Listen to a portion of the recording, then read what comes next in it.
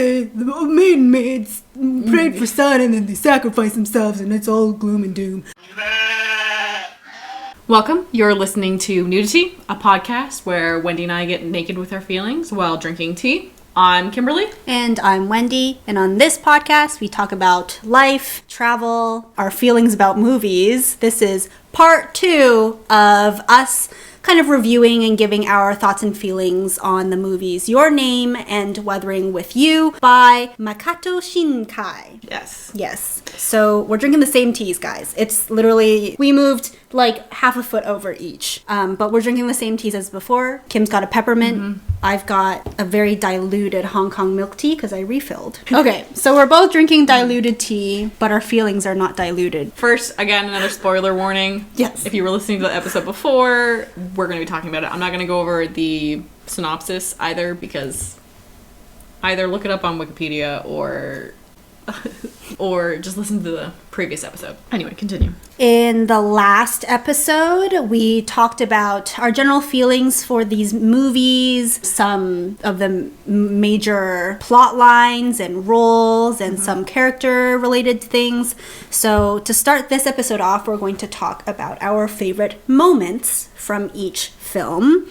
We're going to start with Your Name. And Wendy and I will be swapping back. We're going in chronological order, so it's a little easier to kind of follow along, I think. Yeah, I don't know what that order is. Only Kim knows. So Kim's going to cue me in, and I'm just going to start talking. Okay. On the second rewatch of Your Name, which only Kim did. It's such a good link. I was like, I got to do this. Yes. So on the second rewatch, I really fell in love with the opening credit scene. I'm not really one for anime opening credit scenes. They're kind of, I don't know, fillers and whatnot. So at the very beginning, I was like, oh, this is kind of weird. But on a second look back, there's a lot of little hints in it. If you don't know about the age difference or the time leaps, you can get a lot of information just by watching when they're back to back. Mm-hmm. First, they're of the same height. She's 17 and he's 14, but you don't know this, and it's in like the outfits that they meet at some point in the movie, which we'll touch on.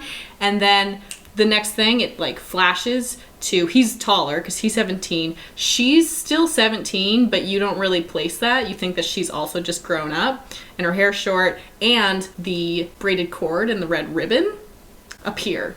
So it kind of signifies that they met when she was 17, he was 14, and then a flash, cord happens, and they're connected, and that's when they start seeing, I guess, each other and their body swapping. Mm-hmm. And then you also get like a quick flash of their different character uniforms and actually a passage of time. Mm-hmm. And at some point, their counterpart ends up fading when their memories of each other would completely fade out. Mm-hmm. And essentially, it's the whole movie all in the opening credits. So it's just it's like a little hint to the time travel / the whole aspect of the movie, which I think is really, really cool that on that second rewatch, you can pick that up, and it's interesting. So that's why I and also great song in it. I keep listening to it. It's a great opening credit song.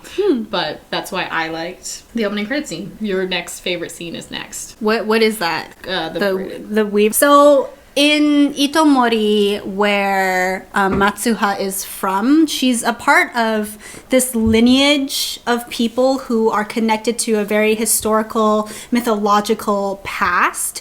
And it's funny because there's like this underlying comic relief in the movie where it's like someone burnt down like the entire shrine or all the records. So they're doing all of these historical, cultural, mythological acts without knowing the reasons behind them, which I find it to be very interesting. And one of the things that they do is they are weavers. They kind of weave tapestry. The grandmother has this big old loom and she's just like clonking away. Mitsuha has this tiny like barrel weaving system where the threads are weighted by stones, little circly stone things, and she just crosses them back and forth, and that makes a pattern. And I'm assuming that's how she made her little hair braid thing, like something very similar to that technique. But it's such a little, like, it's a good little slice of life peek into something that is very not slice of life because it's so different culturally. The things that they're doing is very different.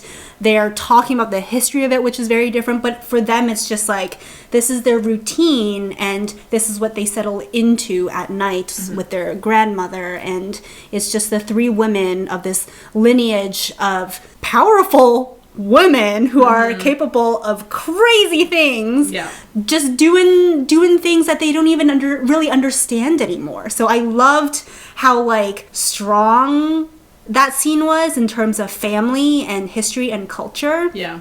But also just like, it was a very simple scene. They're just chilling, doing their thing, having a little bit of a squabble between like the sisters and the grandmother, and that generation difference is also apparent. Dispersing knowledge to the younger sister. Yeah. And there's just a moment of where they're not talking. And again, it's like watching the spools and listening to the sounds, and then like the grandma with her big old loom, and it's just listening to that scene and watching it without any dialogue is I love it. It's beautiful. Yeah.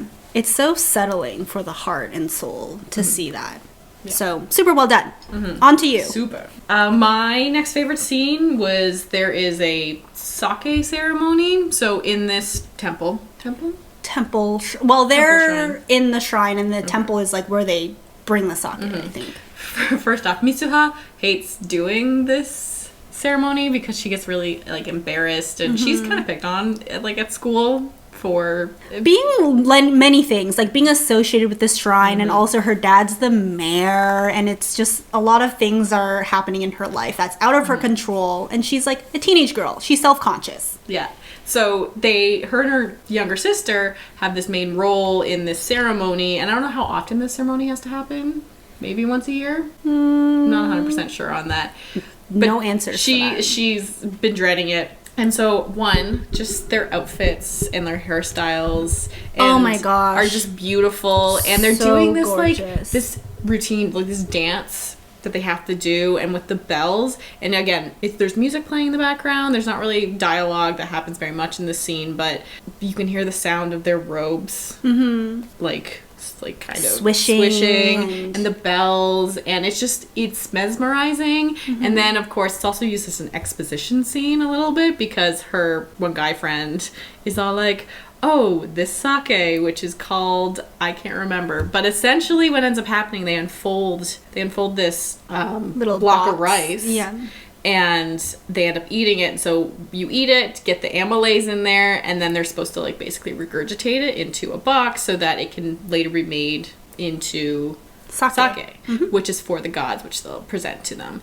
And a few classmates come and like, there's a moment of realization that you're there, and then she's like, whatever. Because she's literally like chewed up all this rice, and she has to spit it back out into this box, and that's a part of the ritual. But to do something like that in front of high school peers who are already kind of hating on you for a variety of other reasons, it just like does not make you feel good. And she has a moment of, she's quivering a little bit, and you can sense her discomfort. So yeah, the whole scene is just loaded with emotions and non-emotions. While they were doing their dances, you could tell she was just kind of like going the motions, and this is what I'm supposed to do. And so I think they've done it like a bunch of times, because her younger sister, who is only 9, they're 7-8 years apart, and they got it down. And I also like that her younger sister, like, why do you give a fuck what they think? They're Who not cares? even your friends. Like, she's like, you wouldn't understand. You're not like 17 or something. But I think that's just Yotsuha's personality. She just doesn't give a fuck. Love it. Yeah. And I love that they've decided to include this kind of culture into the film, because I don't know if you've watched any other animes where there's a shrine maiden concept. No. But it's a thing, guys. So Inuyasha is like probably one of the first animes I ever got into. There's a very strong shrine maiden theme, and there's a lot of other animes that have been produced since then that have a shrine maiden theme. Some of them well done, others not so much. It's a very beautiful part of Japanese culture, and the mythology behind it is also incredible. So I'm glad that they decided to incorporate it in such a beautiful way, because the clothes, oh my gosh, the detail in that scene is amazing. Another one is one of my favorite ones, and it's got like a lot of comedy in it, is when you're doing a body swap montage. Obviously can't spend a whole lot of time on like them always switching bodies, so within like 4 minutes probably, you just get them living each other's lives, and there's just little things you notice, like when Taki's in her body, he can only do a ponytail to put up his hair, and they're leaving messages to each other, and there's this on each of each other's phones, like, do not do this under no circumstances. Like on her phone, it's like, no baths, no talking to boys, no touching boys, like there's all this stuff, and he's like, don't mess with my relationships and don't touch boys, and it's just, you get like the humor, and you see like how they play off each other, which is one of the indicators. Well, could their relationship have been explored more? Sure, but you get enough from their back and forth and how cute they'll probably be together in it. And again, it's just soundtrack over. It's just a song, which is a pretty Kim's just song. into the soundtrack. I'm very Okay, into the guys, soundtrack. do her a favor and go listen to the soundtrack. It's on Spotify. Yeah. Yeah. To kind of follow up on that, one of my favorite scenes was a part of that switching back and forth montage. There was one scene where Taki is in Matsuha's body, and they're in art class, and I don't know what's going on, but she's just like getting taunted by some of the other students. And because it's Taki and not actually Matsuha in the body, he does not give a shit. He does not take any bullshit from anyone.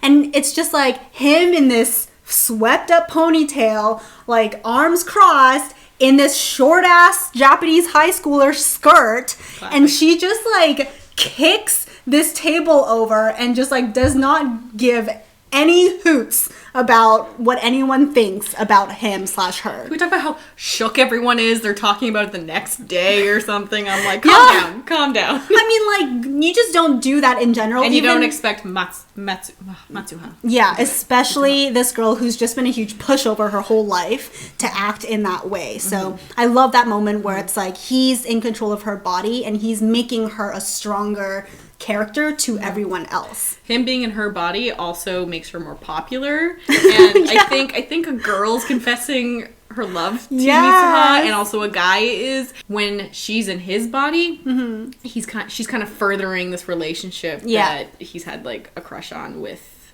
Okudura. I think her name is. Just call her Ne-san. Ne-san? Or Senpai. Senpai. I like at the very end, they're just getting fresher with each other. They're writing idiot or moron like on each other's faces, and then in the end it's all like, I'm single because I want to be. They both say that when it's like, okay. They both say that, but really it's because they're starting to catch feelings for each other. Yeah. So yeah, that was really funny. And when Matsuha is in Taki's body, he's like a very romantically awkward person. But when Mitsuha is in his body, first of all, she doesn't have that kind of pressure because she's not actually interested in Ne-san/senpai, this waitress who's older who works at the same restaurant that Taki does, that he is very interested in. So she doesn't feel that the same kind of pressure. So she acts very natural around her. And her personality is very caring, very soft and considerate, and this older girl is very receptive to that kind of personality, especially in Taki, because now he's got like a feminine side in addition to his very boyish, very strong character. I think it's appealing to her that he has these two sides to him. So I love that they kind of are improving each other's images to other people when they switch bodies, because they have very different but complementary traits. Yeah. So, yeah. Agreed. Taki goes back through Mitsuha's memories when he drinks her Spit sake. spit sake. So he's basically found out she's dead. That's the thing that we haven't really even talked about. The comet that they've been waiting on splits off. It kills a bunch of people in this town, including Mitsuha. So he's trying to go back to her, figure out a way to unravel time. So he drinks the sake that she made, essentially. And there's this kind of flashback montage, I guess you could also call it another montage. I guess I'm really big into the montages. I guess so. But I like the animation choice they made with it. It's different from the rest of the movie. There's the continual thread that he's on. You know, the comment. Am I saying that word? Comet? Comet? Just don't think about it. The more you say it, the more wrong it will sound. Yeah.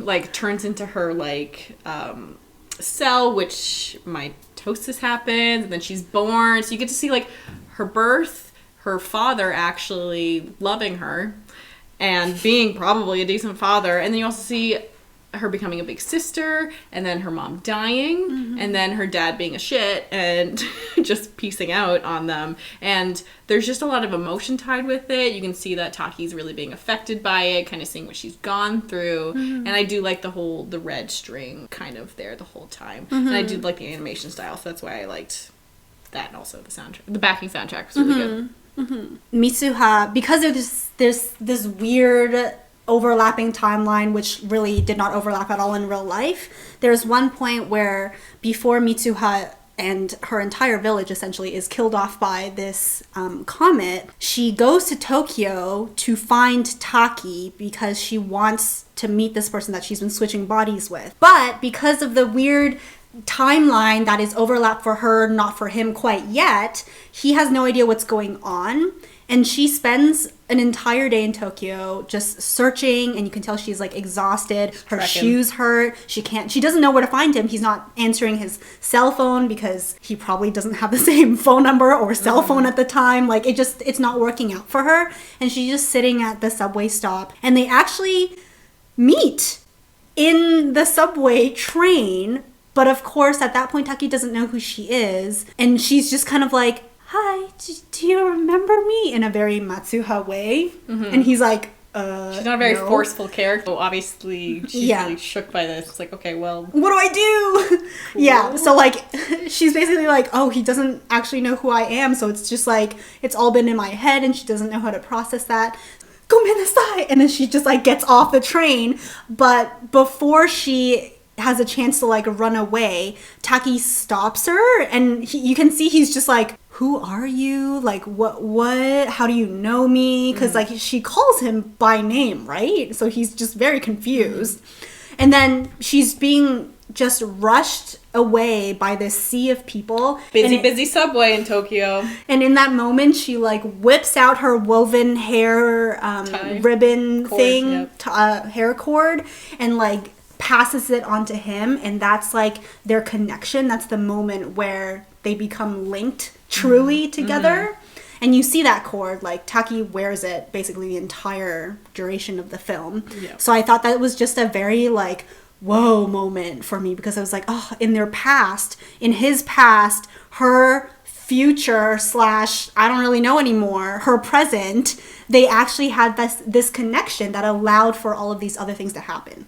So I really love that. Basically, we're just covering the whole movie because it's all great. My next moment is actually half light. There's this big thing throughout the movie where anything can happen at twilight, which is half light in this universe. For some reason, they're drawn together on top of the crater edge. Still overlapping timelines, guys, like 3 years apart. So they're yelling out to each other because they know they're there, but they can't see each other because, she's 17, he's 17, but 3 years apart. So eventually they sense each other and they know they're right there. And they're like, well, I guess that's that. But then twilight happens, and so crazy things happen at twilight or light. They just the meeting for the first time was really, really cute. First, it's like oh my goodness, you're here. And then it's them just kind of joking around, like, I can't believe you drank my sake, you're a pervert. I can't believe you touched my boobs. And he straight up lies, is like, just one time, every single time. And just their moment of, they get to finally see each other, but then it's like, okay, we can't pause too long on this, because we have shit to do. The comet is still coming. It hasn't split off at this moment. And he's like, okay, here's what we're going to do. We're going to write each other's names on each other's hands. That way we'll know each other's names forever, I guess. Which, logically, that doesn't actually make sense.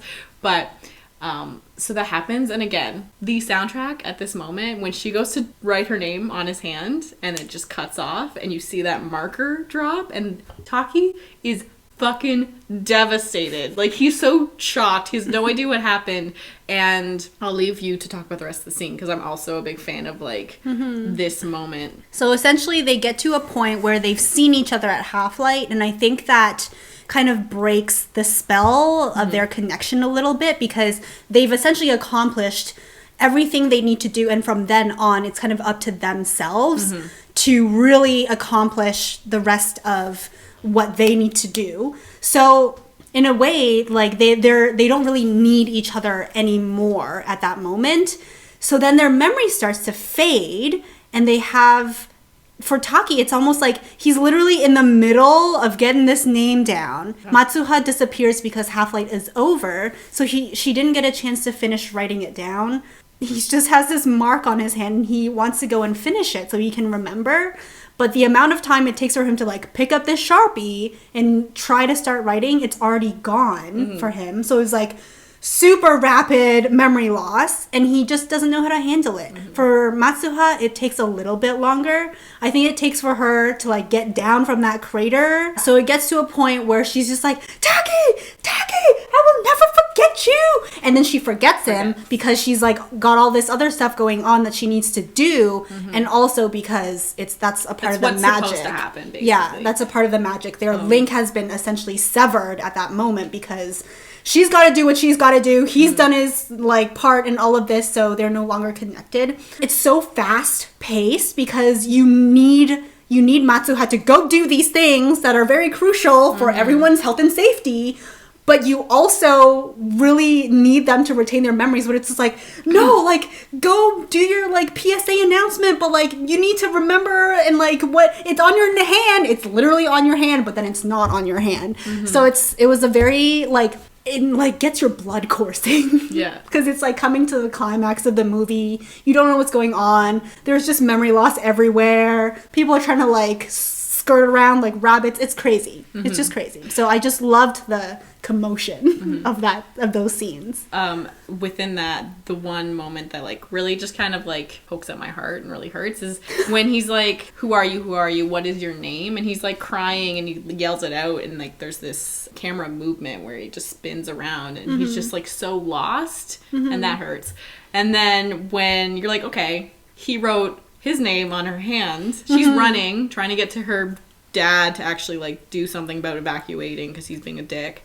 And she ends up tripping and falling, and she remembers at that moment, it's like, oh yeah, he wrote his name on my hand. She opens up her hand, and it just says, I love you. And I'm like, Taki, you fool! You should have written, I love you, Taki! No. But I think, one, he was probably going for the romantic gesture, but that could have probably been the best thing he could have put on her hand, because I don't think, even if they wrote each other's names on their hands, I still think at some point the universe would have done something to erase that. So I think the lingering feeling of I love you stayed with her Mitsuha better than his actual name. Yeah. I don't know. I also think it was always meant to be that he didn't get to write his name down on her hand, because that's just like how their connection was supposed to work. They were never supposed to actually remember each other after they got whatever they needed to do done. So I think it just worked out like that. But, like, as an audience member, god damn it. It really, like, if you had written down the name, she could have narrowed that down in Tokyo just a little bit, maybe found some places, because, you know, like, you have feelings about places and people that you've met, and she could have found you a lot faster. And then it's like, it's not too late to say I love you after a good 3 months of dating. I don't know. Like, I know. But I get it. It's supposed to be romantic, but gosh darn. And I think the final moment we're going to touch on, and I'll be really quick about it, is actually when the meteor impacts the town. There's that buildup of, you're very, very tense because you don't know if she's been able to convince her father or if they had a lot of time. I actually looked for clues. They had about an hour and a half, I think, to actually evacuate people. Originally, I was all like, they have no time. What are they doing? But so they have the soundtrack song going, and you're just like, watching it's beautiful watching this meteor, even though it's about to bring destruction on this town. It's falling through the sky. It's night. But it's like a path of rainbow dark fucking gorgeous. sparkles. Oh my So gorgeous. gosh. And then the music just fades out briefly. Meteor hits, and it's just silent for a bit. Yeah. And then it explodes with sound, and you're just like, I just love that silent moment. Yeah. And that pause, and then it's just destruction. Yeah. And at this point, you have no idea if everyone's dead or if they're alive. So it's just... It's a very tense You're just moment. peeing your pants the whole time. Then you just cut right to him looking at his hand, and so we've probably talked about this for 10 minutes. Okay, it's okay. Really quickly, onto Weathering with You. We're going to hit our points real quick. Yeah. First one point I really like is when Hokoda stops Hina from having Hokada, thank you. Stops Hina from having to sell herself. Yeah. There's a really it's a very intense, almost like chase scene, and you can just feel the need for that to happen, and you know that like it's really bad if she goes into that building, basically. Yeah, it essentially looks like some sort of hostess bar / red light district type of situation. So bad because she's this is super underage. This is one of the moments where it's like very like dark, gray, not very much color to it. I just really liked that. Yeah. So the next point, which you and I both like, and we can touch on briefly, but is Hina prays for sun so that fireworks or a ceremony or a celebration. I think it's like a celebration day, like a civic holiday of some sort. And so she's like got her hair in like cute little side ponytail one, and she's wearing her little yukata, and they have to go to like the top of this building where a helicopter pad is, and she does her praying thing and brings sunlight, and then they just set off these fireworks. And again, it's the camera sunlight motion, as in cinematography. The rain stops and clears out because it's like it is nighttime. Yeah, that's true. And so it's the camera movement that's really, really cool. It's gorgeous because it's fireworks. It's like, so imagine you are a strong ass little bird and there is a fireworks show and you have decided to fly your way through this fireworks show. And that is your perspective as the audience member. The fireworks are literally so close to you. You see them burst in all of their colors and like the fire of them and the shapes of them. You weave through all of these fireworks going off, and it's different types of fireworks as well. They've got little shooting star guys. They've got the big kaboom guys. It's just so well done, and the soundtrack for that part is incredible. You get the impact of the power of this sunshine girl, this weather maiden, and what she has allowed to happen because of her powers. It's like astounding that they were able to animate this. It's incredible. It makes her really, really happy. Yeah. That's the moment where she's like, I love this job. I love bringing this joy. It's a very like... It brought all of us joy. It did. Oh, so good. But essentially, it's probably one of the most beautiful scenes in the film, and I cried. I cried so hard. I think that was the second cry of that film for me. It was the first. I can't remember. We can cut that out, but... I think I cried like maybe 2-3 times. That was either the first or second cry. Okay, so the next scene that I really loved was their last prayer assignment. Side note, I really like that they kind of go through all of these prayer requests and they pick out the ones that they feel are meaningful. They're not going to like big corporate companies who can give them like 3,000 yen at a time. They're like going to like little households and fathers who want sunshine in the park for their daughter. I think and a child gave her like coin as payment for like sports day or something. So their last assignment is they choose to go to this granny's house, and the granny's partner, the grandpa, he's passed away, and I think it's been a year since his passing. And apparently it's a tradition, it's a spiritual tradition for them that a year after their passing, you light a little fire, and the smoke that results from it helps to guide the spirit of the person who has passed away home. And then you have a little like bit of a connection with them. You can offer them, you know, bits of their favorite food. Just try to get the sense that they're there again before they leave back into the spirit realm. So that's why she has requested a sunny day. It's because if it was raining, she wouldn't be able to start this fire. Even if she did, the smoke would never reach out far enough to be able to reach Grandpa. Her husband wouldn't be able to. Yeah, exactly. Yeah. So this is their last time that they've decided to use the Sunshine Girl's powers. Second last. She has basically said that after this time she's going to stop. She doesn't, but they're like, yeah, after this, I don't think we want to keep doing it because she seems tired. It's not the last time that she uses her powers, but as their last assignment, I think that they chose a really beautiful thing to do and very meaningful, because I think for her, it was also a year since her own mother passed away. So it was just... She lit a fire, I think. Yeah, she also lit a fire. So it was like she got to use a bit of her own power for herself as well. So I think it was just really beautifully done. And the grandma was super sweet. And you know I love grandmas. So for Hina and Hakata, they both have like these very strong wishes that they want to come true. And I think that is like the prerequisite of you being able to cross through this shrine, this magical shrine that created Hina, the weather maiden, and also allowed Hakata to reach out to the sacrificed Hina at that point.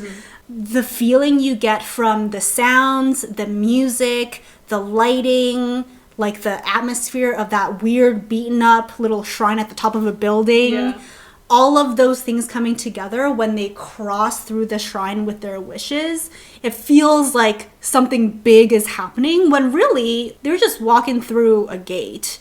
And it just felt like such an impactful moment. And in the beginning, you didn't really understand what all of it meant when Hina first crossed through, because you didn't have the entire context of the film. But at the end, when Hakata goes through, I'm going to be honest, I did not expect that to work out. I did not expect for him to be able to go through the gate, to be like, oh, let me just I thought it was flutter up there. It was going to turn into nothing, and he was never going to be able to get her back. Exactly. Again, because I feel like the gods were not strict enough. They should have closed off that gate and been a bit more selective about people who can cross. Finding loopholes. What is this nonsense? We got to do something about this raggedy little shrine up here, because people keep finding it. Should we destroy it? I don't know. So anyway, so it was just the scene itself is really meaningful, but also the fact that Hakata is able to pass through. I think that just like, it goes to show like how badly he wanted this to happen, how badly he wanted to bring her back, that he was able to cross through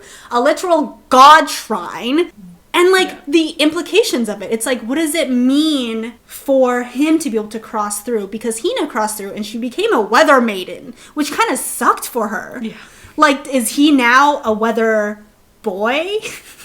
I think that's how that works. Don't know. We're not really sure. We don't know. Also, the difference is he was praying for her to come back, and Hina, her original wish, I think, was just for like a sunny day. Maybe you have to be wishing about the weather.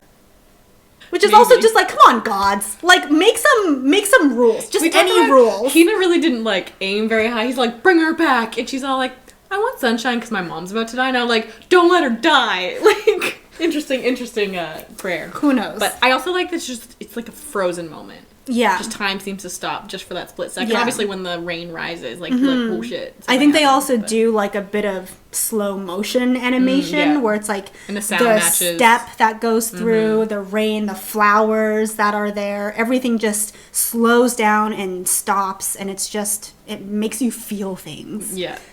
All the things. It makes you feel things. My next one is when Hina actually saves Hakata with the lightning, and it's kind of nice because they kind of go back and forth between saving each other or helping each other out with like the burger, and then the stopping her from going to that building, and then this one where he's going to get arrested by police because he's a runaway and had a gun and all this stuff, and she knows she's close to kind of fading away and dying at this point because her body's been slowly like become shimmering and see-through and all that stuff.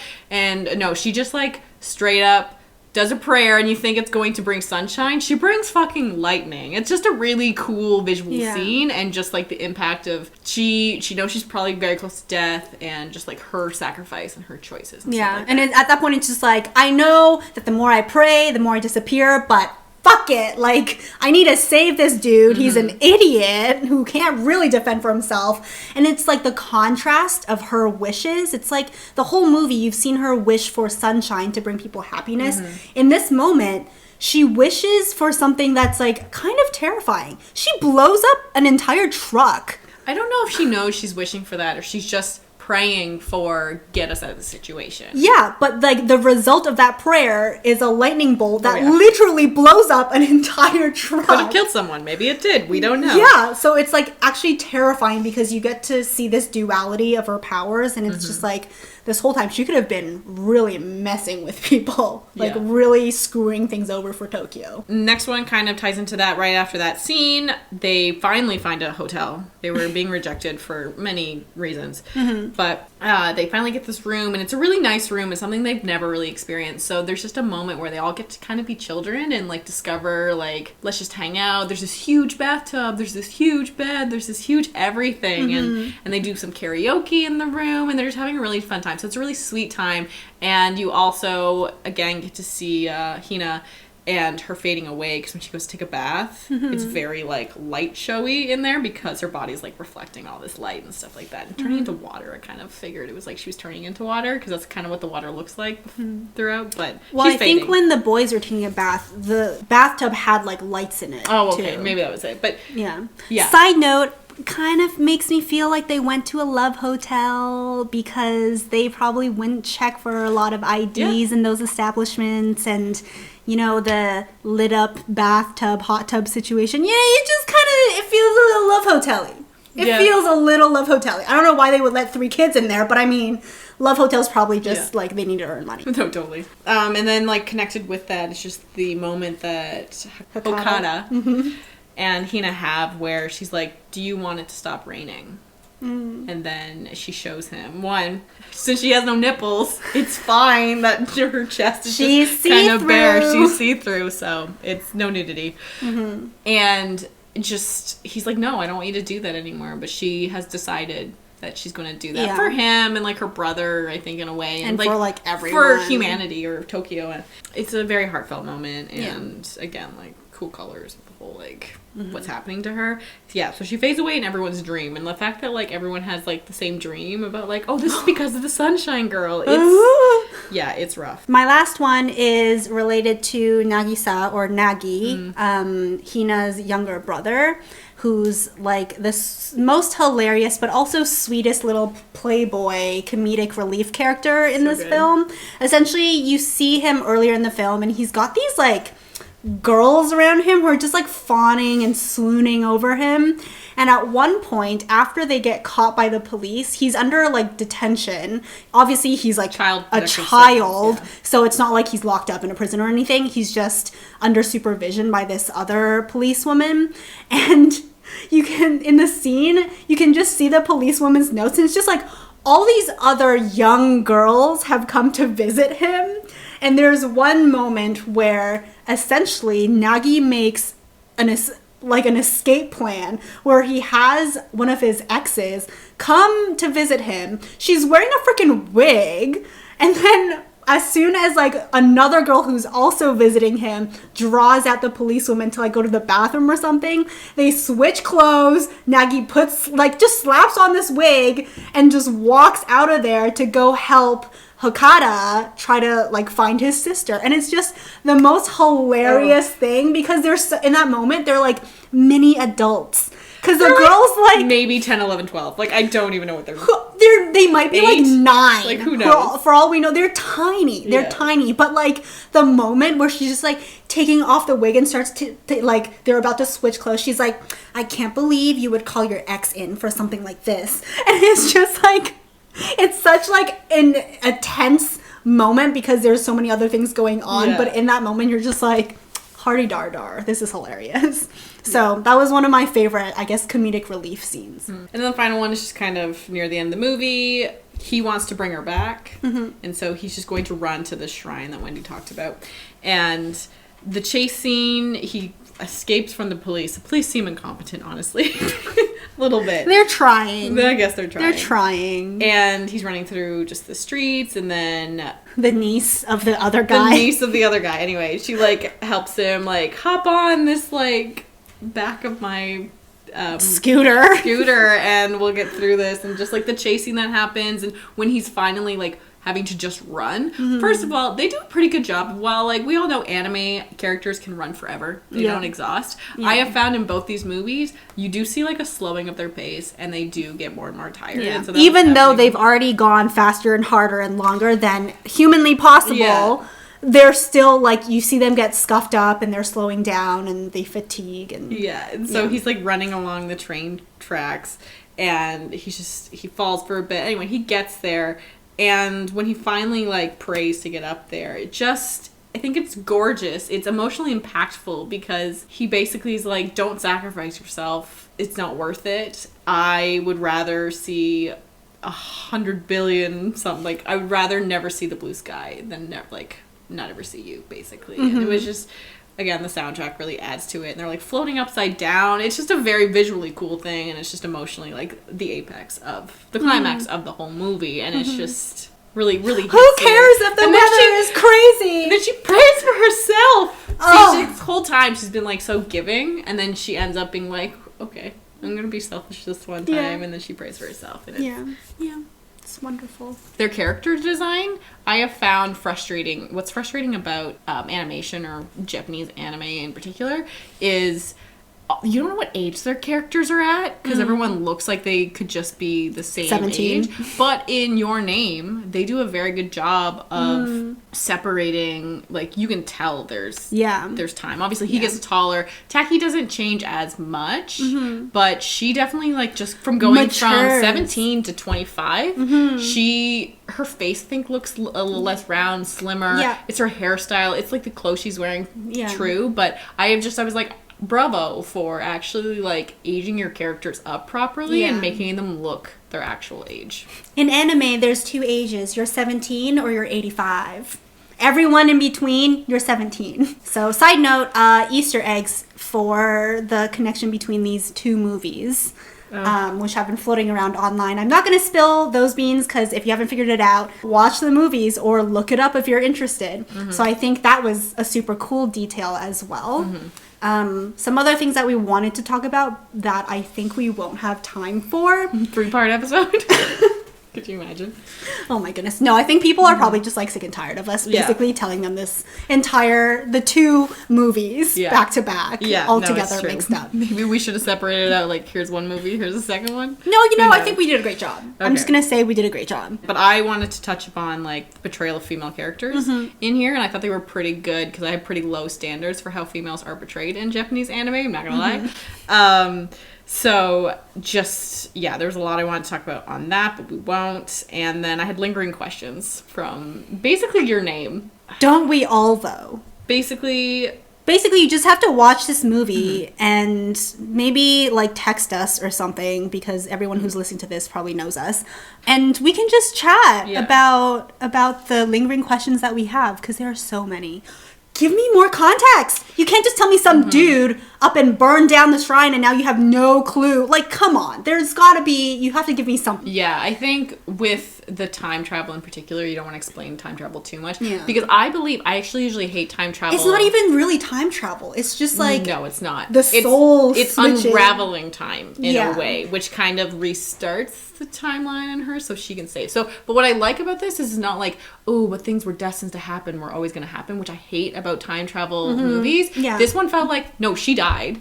And then he was able to unravel time because of what he learned. And their connection. Being in her body and like from the grandma and all that stuff. But I did really like how the females were portrayed. I'm a big thumbs up on that. Good job, guys. Strong female characters. Almost stronger than the guys.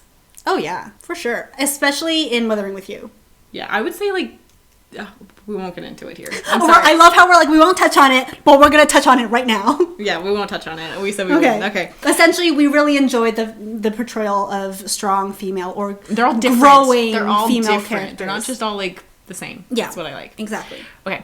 Thank you for listening to this very long part 2 of where we just talked about basically the whole movie. You can find all of our other episodes that we've done on anywhere you listen to your podcasts and podbean.com. And then you can find the film versions eventually. Wendy will get around to posting something on there on YouTube at Nuditea Podcast. And then you can also find us on Instagram. Thank you. Thanks. Bye. Bye.